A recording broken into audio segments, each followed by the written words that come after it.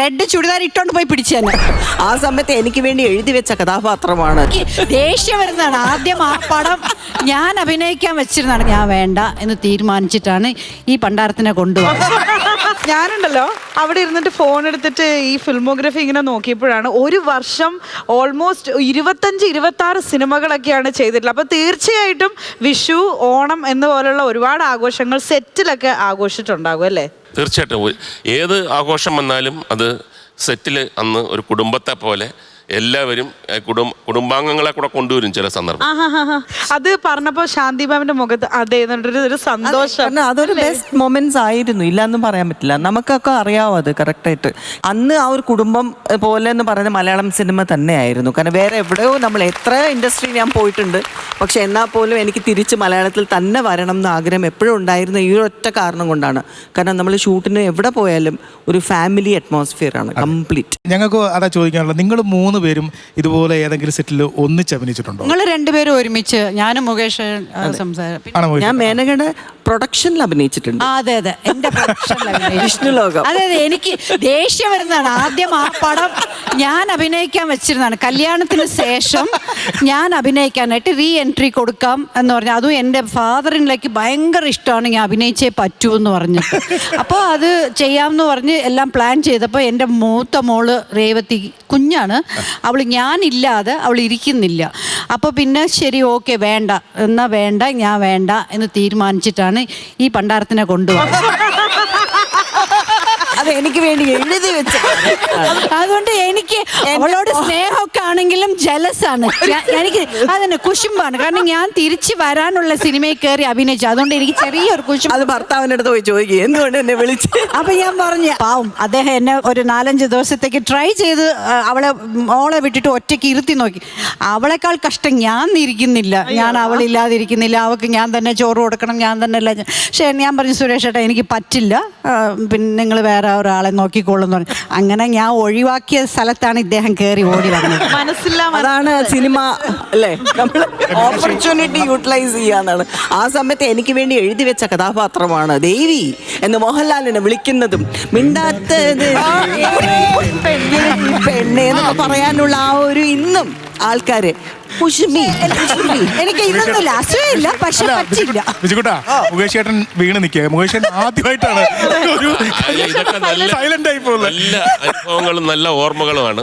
അപ്പൊ അത് നമ്മള് വിട്ടുകൊടുക്കണം. ഭയങ്കര കൂട്ടാട്ടോ, ചുമ്മാ ഇപ്പൊ ഇവിടെ എന്റർടൈൻമെന്റ് ആണ്. ഞാൻ ചോദിക്കണതേ, ഇപ്പൊ സിനിമയിൽ അഭിനയിച്ചിട്ടുണ്ട് 3 പേരും ഒരുമിച്ച്, ചേച്ചിയും ചേട്ടനും കൂടി ഒരുമിച്ച് ഇതുപോലെ ക്രിസ്തുമസ് അല്ലെങ്കിൽ ഓണം ഇതുപോലെ വിഷു ആഘോഷിച്ചിട്ടുണ്ടോ? അതിന് ഈ ഐറ്റം പേര് അത് ഇവിടെ വന്നു. ഞങ്ങൾ 3 പേരും ഒരുമിച്ചില്ല, 3 മുക്കിലാണ്. ഐറ്റം പേരയില് എല്ലാരും കൂടെ ചേർത്ത് ഒന്നിപ്പിച്ചു. സെറ്റിലൊക്കെ എങ്ങനെയാ? അപ്പൊ നിങ്ങൾക്ക് കണി കാണാനൊക്കെ അവിടെ പ്രൊഡക്ഷൻ ഒക്കെ സെറ്റ് ചെയ്ത് വെക്കാറുണ്ടോ? അല്ല, കണിയെല്ലാം വീട്ടിൽ കണ്ടിട്ടാ വരുന്നത്. അല്ല മുകേഷ് ചേട്ടാ, ഈ മാനേജ് പണ്ട് എങ്ങനെയാണോ മുകേഷ് ചേട്ടാ? അല്ല, മേനകയെ പറ്റി പറയുമ്പം എൻ്റെ 3-ാമത്തെ 4-ാമത്തെ സിനിമയാണ് ഓടരുതമ്മ വാളാണ്. അപ്പം എന്റെ പ്രൊഡക്ഷനിൽ എൻ്റെ ഹീറോയിൻ അല്ല, എൻ്റെ ഹീറോയിൻ ലിസിയാണ്. ശ്രീനാഥിന്റെ വൈഫായിട്ടാണ് മേനക.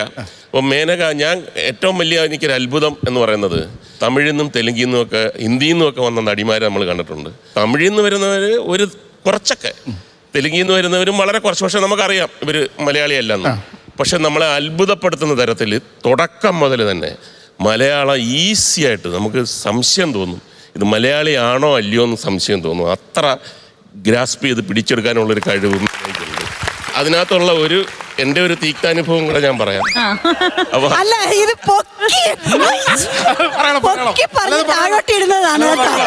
ഇതും പൊക്കി തന്നെ പറയുന്നത്. അതായത് അമൃത ഹോട്ടലിലാണ് എല്ലാവരും താമസിക്കുന്നതെന്ന്. സിനിമാക്കാരെ ഒരു സ്ഥലമാണ്. അപ്പം മൊബൈൽ ഫോണില്ല. ഒരു ദിവസം റൂമിലൊരു ഫോൺ വരികയാണ്. നോക്കിയാൽ നല്ല കിളിനാദം.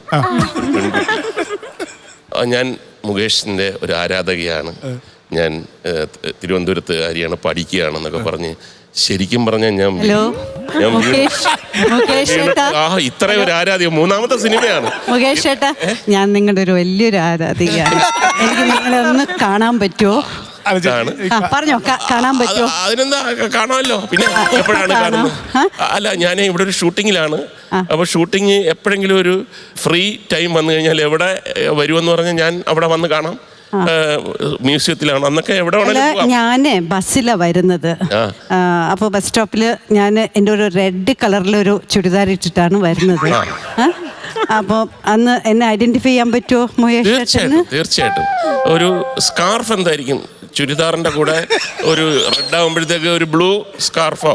അത് എൻ്റെ അടുത്തില്ല, വേണമെങ്കിൽ നിങ്ങൾ വാങ്ങിച്ചാ. അതെല്ലാം ഞാൻ ഏറ്റ്. ഈ തരത്തില് ഞാൻ ശരിക്കും വീണതാണ്. ഞാൻ പറ്റിക്കപ്പെട്ടു എന്ന് എനിക്ക് മനസ്സിലായി. അത്ര നല്ല സൗണ്ടാണ്. വരാൻ തയ്യാറായിരുന്നു കേട്ടോ, റെഡി ആയിട്ട്. അപ്പൊ ലാസ്റ്റില് ഇതൊക്കെയാണ് ദൈവം ഉണ്ടെന്ന് പറയുന്നത്. അപ്പം എനിക്ക് ഞാൻ സമയം കിട്ടുമ്പോൾ വിളിക്കാൻ ചേട്ടൻ്റെ റൂം നമ്പറും ഹോട്ടലിൻ്റെ നമ്പറും ഒക്കെ അറിയാമല്ലോ. ശരി എന്ന് പറഞ്ഞപ്പോൾ ഒരു ഡയലോഗ്, ഞാൻ മറുപടിയും വിളിക്കാം. ഒരു മലയാളി ഒരിക്കലും മറുപടിയും എന്ന് പറയത്തില്ല. പെട്ടെന്ന് എല്ലാം കൂടെ ഞാൻ പറയാം മേനക, എനിക്ക് മനസ്സിലായി, തുടക്കത്തിലേ മനസ്സിലായി. ഓ, അങ്ങനെ ഒരു മറുപടിയും എന്നുള്ളൊരു വാക്ക് മലയാളി ഉപയോഗിക്കാത്ത ഒരു വാക്ക്. എനിക്കറിയാം ആ സമയത്ത് ആ വാക്ക് കിട്ടുന്നില്ല, വീണ്ടും എന്നുള്ള വാക്ക് എനിക്ക് പെട്ടെന്ന് കിട്ടുന്നില്ല. അപ്പൊ ഞാനാണെങ്കിൽ അങ്ങനെ ഞാൻ മറുപടി വിളിക്കാം കേട്ടോ എന്ന് പറഞ്ഞു. അങ്ങനെ പിടിച്ചു. ഇല്ലെങ്കിൽ ഞാൻ ബസ് സ്റ്റോപ്പിൽ കുറച്ച് റെഡ് ചുടിദാർ ഇട്ടോണ്ട് പോയി പിടിച്ചു തന്നെ.